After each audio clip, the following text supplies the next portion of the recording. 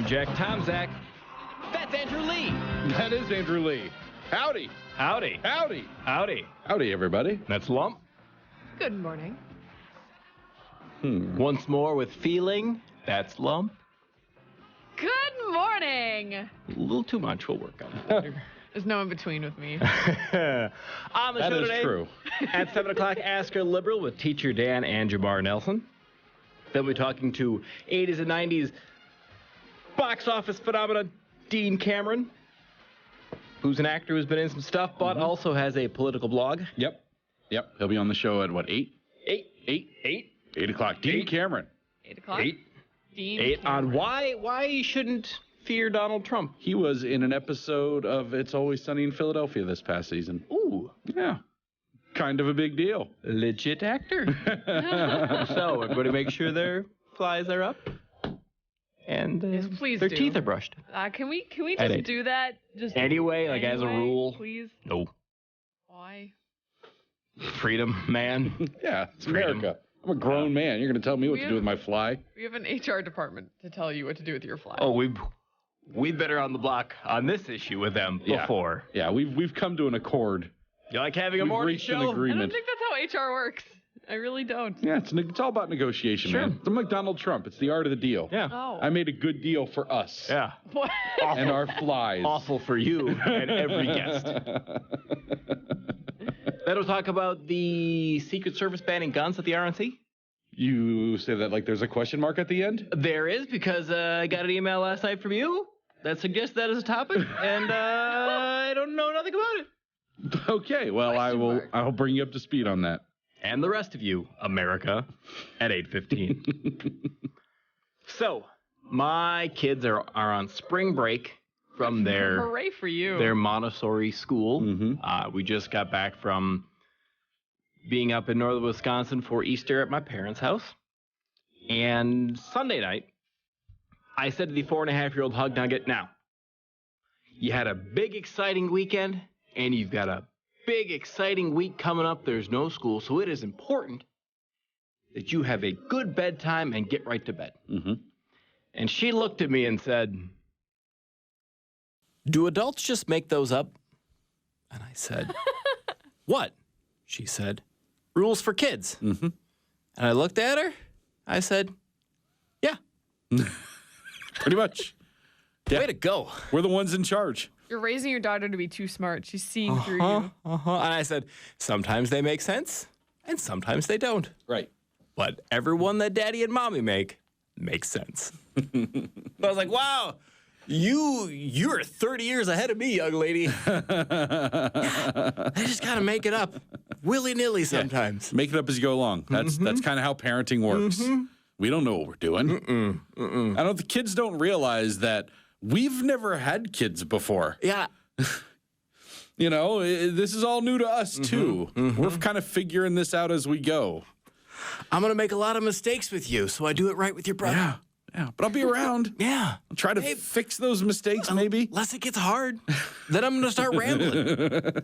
Then Daddy's gonna go out for milk My lovely and wife never and I- come back. My lovely wife and I will make jokes when things are difficult that I'm going out for a pack of cigarettes Right. or she's going out for a pack of cigarettes.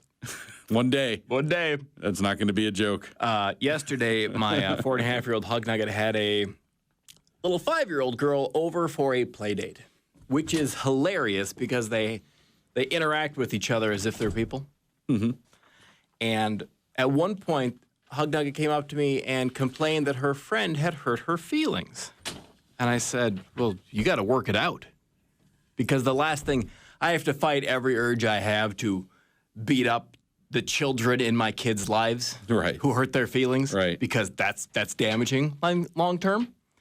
So I said, well, you need to work those problems out for yourself. And then she walks over to her little friend and says, you hurt my feelings, you made me sad, and you're not going to do it again. I was like, okay. And then she said, ever. Dun, dun, I was dun. like, what does that mean? She said, I was very proud of them. The very terrifying punctuation on the end. Right. Ever. It got dark. It got dark quick. The little girl and I just kind of looked at each other. It was like, run? She's 4. What could she do? To me, a grown man. You are in trouble, young lady. Yeah, she could wield a weapon Yeah, if she needed to. that's true. All right, that's all I got for Hug Nugget stories. I got a question. You guys have any Hug Nugget stories? No, well, yeah, we were hanging out the other day. Weird. Yeah, she threatened me Yeah, with a knife. she did that once. But that's another story for when she's an adult. And the statute of limitations has run out. Just got a question from Twitter. Did Ron Johnson really endorse Trump? Senator Ron Johnson from Wisconsin is, heated up in a tight re-election battle against what's his name, Feingold. Russ Feingold. Feingold, who feels entitled to that seat. We've had Ron Johnson on the show a number of times, and I'm looking at the stories here. And from what I can gather, it's not like a full-fledged endorsement, but he did say that he would be open to joining Trump on the campaign trail if Trump were indeed the nominee, which is not an endorsement at all. That's not an endorsement, and it's also, I guess, kind of a smart way to handle that sort of question. If he's the candidate, yes, I'll campaign with him. Right, exactly. If he's the candidate, he's the Republican nominee, then I will support the Republican nominee. There's nothing wrong with saying that. And it's been said a zillion times before in Exactly. a bunch of different presidential races. So I don't know if that would be, That's not an endorsement. I don't know if you can qualify that as an endorsement, but doesn't matter. If you're strongly opposed to Trump, I imagine that's the equivalent of an endorsement in your mind. Sure. But what he said was he is open to joining GOP frontrunner Donald Trump on the campaign trail. During an interview with CNN, he said, just because it rhymes, it'd be the Ronald and the Donald. That's not a good reason. No, that's terrible. That's a bad reason. I don't know. I kind of like it. But Ron Johnson is a very vulnerable senator. Feingold is popular, well-known, well-financed, well-funded. That's going to be a real tough re-election battle for Senator Johnson. Yeah. He's a good guy. We've had him on the show a number of times. And we had him in studio, and then you told me not to come in that day. Weird. Said, stay out. It's like really last minute, too. I thought it would make the show harder for you. Also got a question yesterday about John Kasich running ads in Minnesota, and it didn't really seem to make a whole lot of sense, but I imagine it's because most of the southwestern Wisconsin areas, all their radio comes from the Twin Cities and the Minnesota area. So it's more of a strategy to reach those Wisconsin voters than Minnesota. Yeah, it's the same reason that Sean Duffy comes on here and Ron Johnson come on here. It's not because they like us so much personally, though they do. They do. They love us. We cover part of that state. Yeah. We have yet to come up with radio walls. Radio borders. Yeah, we'll get there. We're like a curtain. That southwestern portion of Wisconsin doesn't have as much radio. Most of what they listen to comes from here in the Twin Cities. Yeah. So that explains that. Kasich spending money? I don't get that one. Go ahead and feel free to send us more questions via Twitter. Use the hashtag TCNT or just tweet directly at me, Andrew Lee TCNT. And not just politics. Anything. Man, we've got wisdom. Yeah. Jokes. Questions about your rabbits. We've kind of gotten pigeonholed being on the station and this year, but man, we know all kinds of things. Lump's got this she knows a ton about horses. I know. Like a lot. Strangely. Yeah. Like a strange It's amount. not that strange considering I've lived with them my entire life. Yeah, but in this room with 2 non-horse people and a rabbit guy, it's strange. Are you a rabbit guy? You have one rabbit. I'm a rabbit guy. That makes that's you a enough. rabbit guy? Yep. That makes you a rabbit guy. I am a rabbit guy. How long have you been an owner of rabbit? Of One. rabbit. 2 years? 2 Yeah, years. that's enough. That's enough. That for is me. enough. That's enough. Yeah.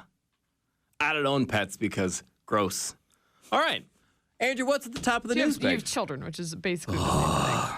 They're gross too, but so darn cute. Got some breaking news out of Cairo this morning. I will touch on that when we come back into the news bag. And two GOP lawmakers want to extend the North Star line. Dumb.